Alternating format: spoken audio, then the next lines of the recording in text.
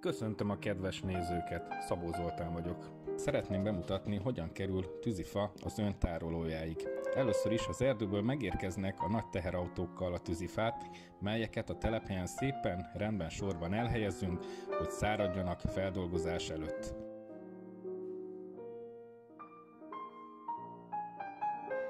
A feldolgozás két fázisból áll, a hasítás, illetve előtte a fűrészelés, melyet általában egy gép végez. A hasított fa futószalagon már a szállító járműbe kerül.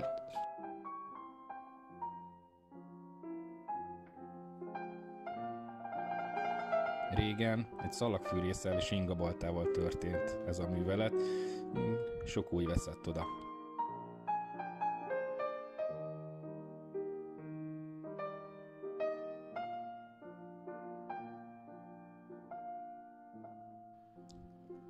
A szállítójármű általában kis teherautó, hogy kényelmesen mindenhova el tudjon jutni, be tudjon állni, a tárolási helyhez minél közelebb, mert a behordás, felpakolás segédeszközökkel, kosarakkal, talicskákkal történik.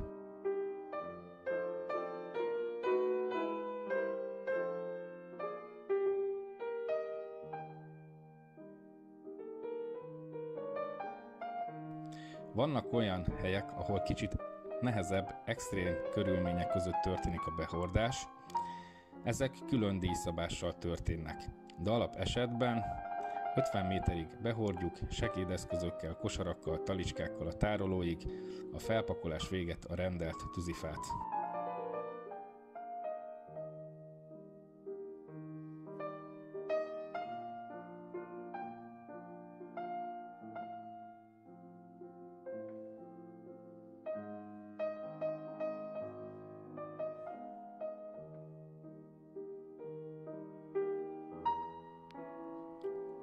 Felpakolás után egy egyszerű mérőszalaggal lemérjük a szélességét, a hosszúságát és a magasságát az adott felpakolt tűzifának.